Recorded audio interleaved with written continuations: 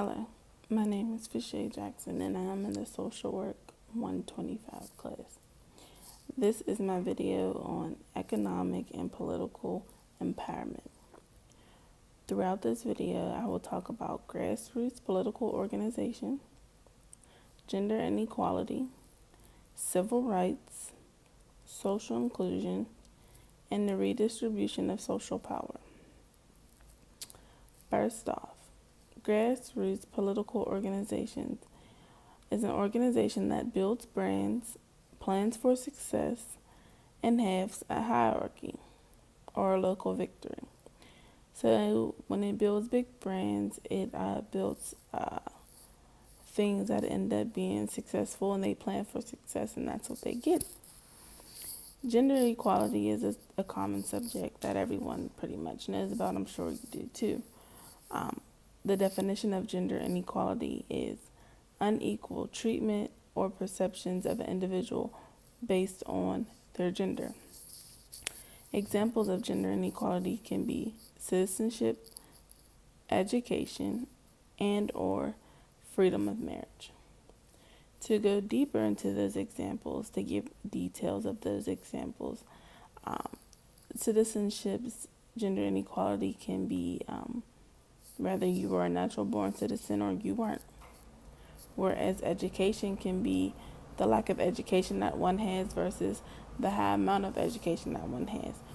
Some may not have been in school before, some have, some may learn faster than others, some don't.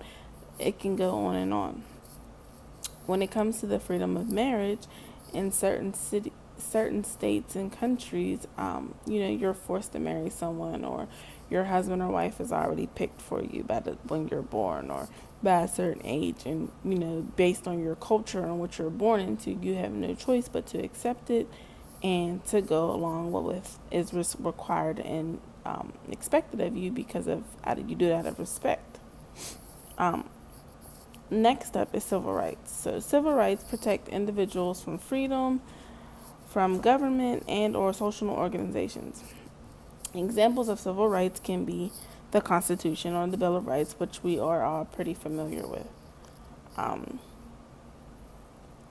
When it comes to social inclusion, which is basically, it was an open access journal that was written and provides academics and policies makers use to promote a more socially society. So basically, from my perspective and from what I got from that, is that the journal was created to basically make our world more sociable, to make us communicate more, to give us ways to communicate more, to understand each other. All of these things have to do with social work.